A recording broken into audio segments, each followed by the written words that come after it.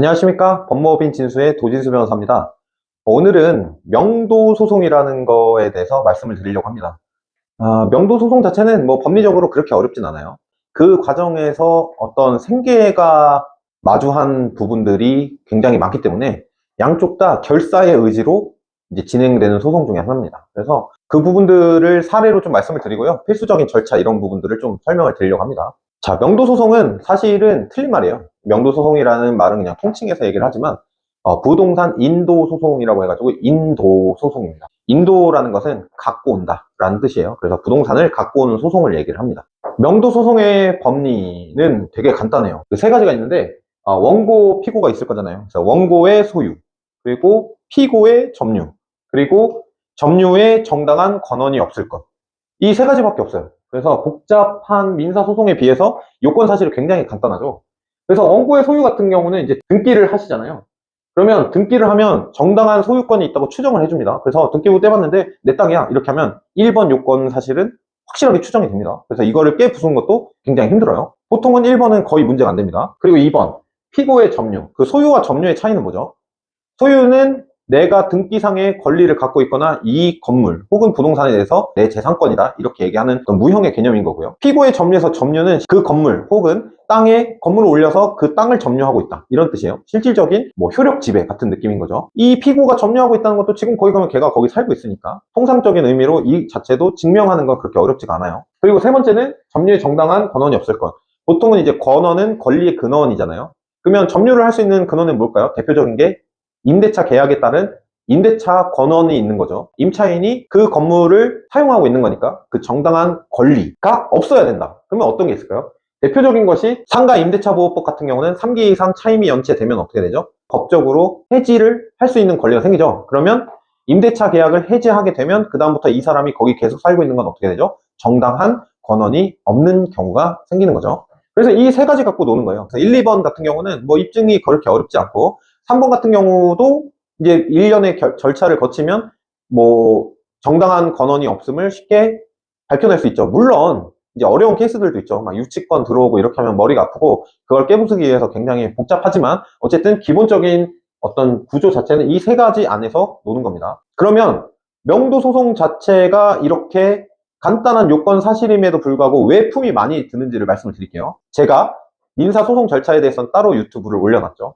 그러면 이제 소장 접수하고 답변서 내고 준비 서면 공방하고 변론 종결하고 선고가 되는 건 똑같아요. 그런데 예를 들어서 이렇게 명도소송을 본안소송이라고 하는데 이제 명도 본안소송을 진행을 했단 말이에요. 그래서 판결을 받았어요. 그런데 원고의 소유라고 했는데 이 건물을 갖고 있는 사람이 김철수란 말이에요. 예를 들어서. 그리고 피고가 점유를 하고 있었는데 이때 피고가 김영희였어요. 그래서 김철수가 김영희한테 3기 이상 차임 연체를 했으니까 해지의 의사표시를 전달을 해서 이제 김영희가 이 건물에 계속 있는 건 정당한 권한이 없게 됐어요.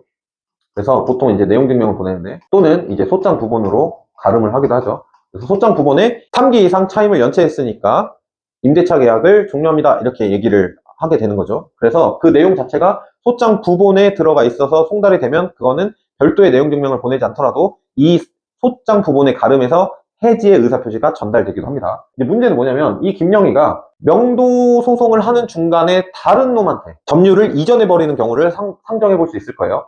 김순자라고 합시다. 김철수가 김영희에 대해서 명도 소송을 제기했는데 김영희가 소송 중간에 가만 보니까 내가 질 것 같아. 그러니까 김순자한테 물적 설비들을 넘겨버린 거예요. 그러면 어떻게 되죠? 그러면 판결이 나왔을 때 원고는 김철수가 되고 피고는 김영희가 됐는데 이제 판결 끝에 이제 본집행을 하러 갈 거 아니에요. 그래서 본집행을 하러 가니까 여기에 딱 점유자가 보니까 김영희가 아니야. 김순자네? 그러면 이 판결의 효력은 당사자한테만 미치는 거죠. 갔는데 점유하는 사람이 김영희가 아니라 김순자네. 그러면 본집행이 집행 불능이 돼버려요. 그러면 어떻게 되죠? 큰일 난 거죠. 이 판결문의 효력은 아까도 말씀드렸지만 김철수하고 김영희한테만 있잖아요. 그러니까 이 판결은 효력이 없고 다시 처음으로 돌아가서 김철수는 김순자한테 또 다른 소송을 해야 된단 말이에요. 그래서 제가 뭐라 그랬죠? 명도소송 자체는 굉장히 간단해요, 요건 사실이. 그래서 판결문을 받는 것 자체가 그렇게 어렵지가 않습니다. 근데 판결문을 받으면 뭐하죠? 이걸 가지고 집행을 못 하는데 부동산 인도소송, 명도소송을 하는 이유는 뭐죠? 판결문 받으려고 하는 게 아니라 내가 가진 건물을 저 불법 점유자를 쫓아내고 다시 내가 회복해서 가지고 오는 게 목적이잖아요. 근데 이 판결문은 집행을 못하면 그냥 똥유지랑 다를 바가 없잖아요.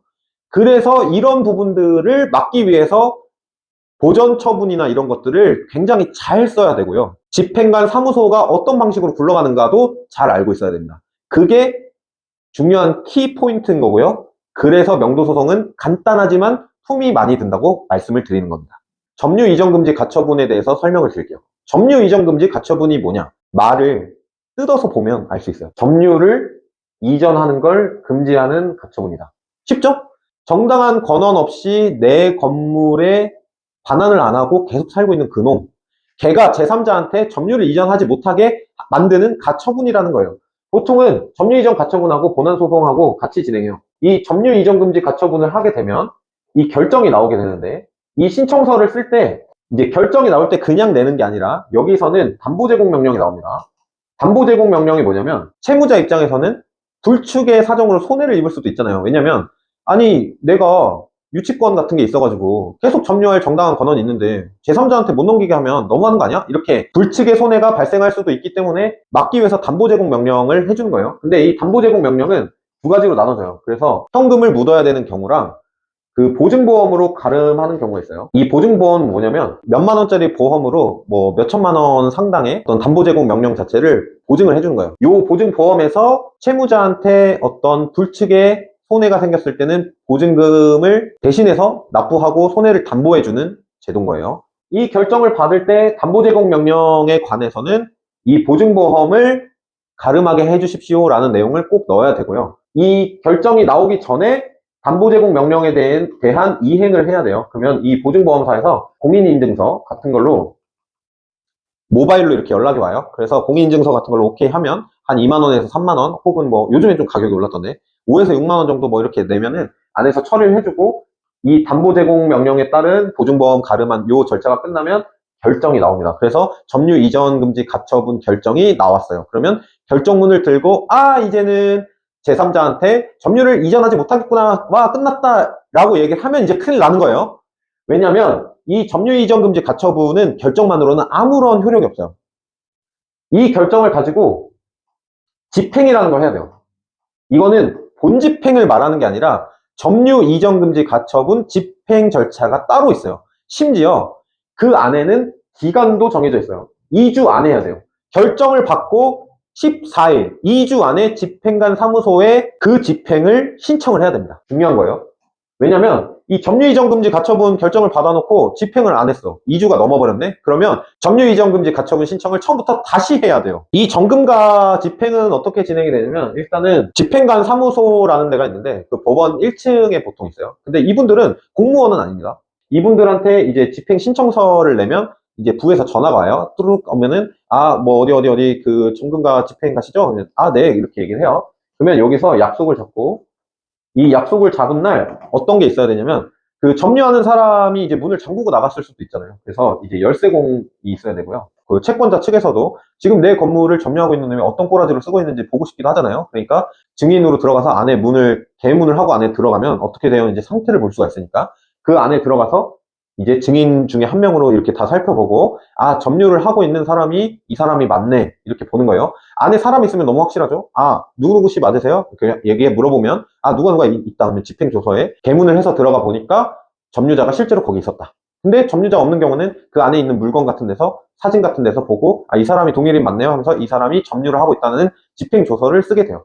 그러면 이렇게 가면 집행관 사무소에서 나오신 집행관이 어떤 걸 하냐면 이렇게 벽에다가 요만한 고시를 붙여요. 그래서 이 고시를 딱 붙여놓으면 점유를 다른 사람한테 넘기면 안 됩니다 라고 써있는 이 고시문을 이렇게 딱 붙여놓거든요. 그러면 이제 영업장 같은 데는 집행관 사무소에 계신 집행관 분들은 되게 인간적이어서 달력 뒤에다가 이렇게 붙여놓기도 하고 가려주기도 해요. 그래서 어쨌든 벽에 이걸 붙인다. 그러면 여기가 이제 완료가 된 거예요. 그러면 이 완료된 상황이 어떤 의미를 가지냐면 아까 명도소송에서 얘기를 했죠. 이제 그 판결이 난 경우 이 판결이 났을 때 제3자한테 이전을 하잖아요. 그러면 판결에 따른 이제 본집행을 할 때 이게 불능이 될 거잖아요. 그러면 요때 이제 점유 이전 금지 가처분을 했잖아요. 고시가 붙어 있을 거 아니에요. 그러면 이 불능이 됐을 때 요걸 가지고 승계 집행문을 받을 수 있어요. 그래서 승계 집행문을 받아가지고 제3자한테 다시 본집행할 수 있어요. 그러면 어떤 차이가 있죠? 제3자한테 점유를 이전해버리면 판결이 효력이 안 미치니까 처음부터 본안소송을 다시 해야 될 필요가 없이 승계 집행문만 받아가지고 지금 점유하고 있는 애를 집행할 수가 있는 거죠. 그러니까 점유 이전금지 가처분 결정을 받고 또 그걸 집행하는 건 굉장히 중요한 겁니다. 명도소송은 이제 간략하게 말씀을 드리는 거지만 뭐 크게 어려운 게 없어요. 그래서 점유 이전금지 가처분 신청과 소장을 동시에 낸다.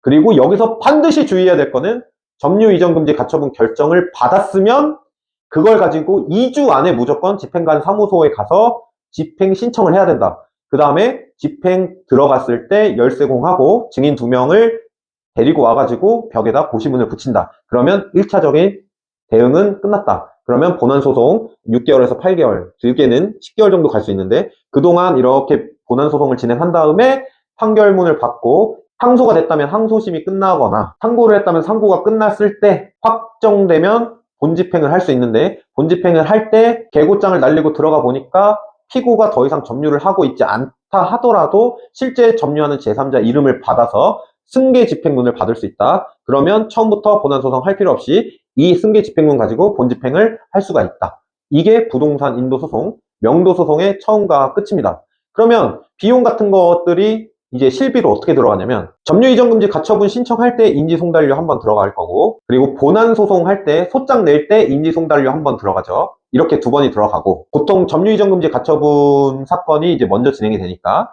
결정이 나오기 전에 담보제공 명령이 나오는데 이때 보증보험으로 가름을 할 때 보증보험료 10만원 미친 몇만 원짜리 보증보험료를 내야 되고 각자 개별적으로 보증보험 회사에서 연락 오는 거 받아서 공인인증서 처리를 하고요. 이제 결정이 나오게 되고 이 결정 가지고 집행관 사무소에 가가지고 집행 신청을 하면 집행 예납금이 나오는데 이 금액 자체는 보통 20만 원 내외입니다. 그렇게 진행을 해서 고시를 부착하는 것까지 점유이전금지 가처분 집행을 마치고 그 사이에 진행되고 있던 본안소송이 진행되는 거를 보면 되는 겁니다. 그러면 여기에서 돈 들어갈 부분은 신청서 넣을 때, 소장 부분 넣을 때 인지송달료 한 번, 점유이전금지 가처분, 담보제공 명령할 때, 보증보험 가름할 때 보험료 한 번, 그리고 집행 넘어갔을 때 집행 예납금 한 번 이렇게 내시면 돼요. 그러면 쭉 진행이 됩니다. 여기까지 하고 판결문을 받고 난 다음에 본집행을 할 때는 이제 본집행비는 이제 별도. 그러니까 그때는 집행관 사무소에 부동산 인도 판결을 가지고 집행관 사무소에 본집행을 하면 개고를 하고 이제 노무비 산정을 해가지고 가서 창고 보관료나 이런 것들 다 산정해서 이제 가는 것이고요. 또 한편으로는 부당이득금으로 청구가 돼 있죠. 그래서 부동산 임대차 계약 해지로부터 이 사람이 부동산을 돌려줄 때까지의 월 얼마에 대한 비율, 차임 상당 금액의 비율 이렇게 해가지고 그 돈은 판결이 확정이 되면 이제 제도 신청을 해가지고 집행문 하나를 더 받아서 그거는 금전, 압류 및 추심 명령 신청을 해서 이제 받아내게 되는 거죠. 이게 이제 부동산 인도 소송의 처음과 끝입니다. 절차가 그렇게 어렵진 않죠. 근데 그 매 순간순간마다 굉장히 생각지도 못한 것들이 막 튀어나와요. 제가 옛날에 인턴을 했던 적이 있는데 부동산 명도 소송은 정말 많이 씁니다. 어떤 거냐면 그러니까 모 교회가 있는데 그 안에서 이제 교회에서 내분이 난 거예요. 그래서 이제 개혁을 하자는 쪽이 있었고 이제 뭐 정통파 이렇게가 있었는데 두 분이 이렇게 대립을 하게 되니까 이제 교회가 전국에 있는 교회가 이렇게 갈라지기 시작한 거죠. 그런데 이 교회가 전국에 부동산이 한 500개가 넘게 있었어요. 개혁파 쪽에서 점유를 하게 있는 사택들이 있을 거 아니에요. 그래서 거기에 대해서 이제 명도소송을 했는데 전국적으로 거의 한 50건 넘게 했었어요.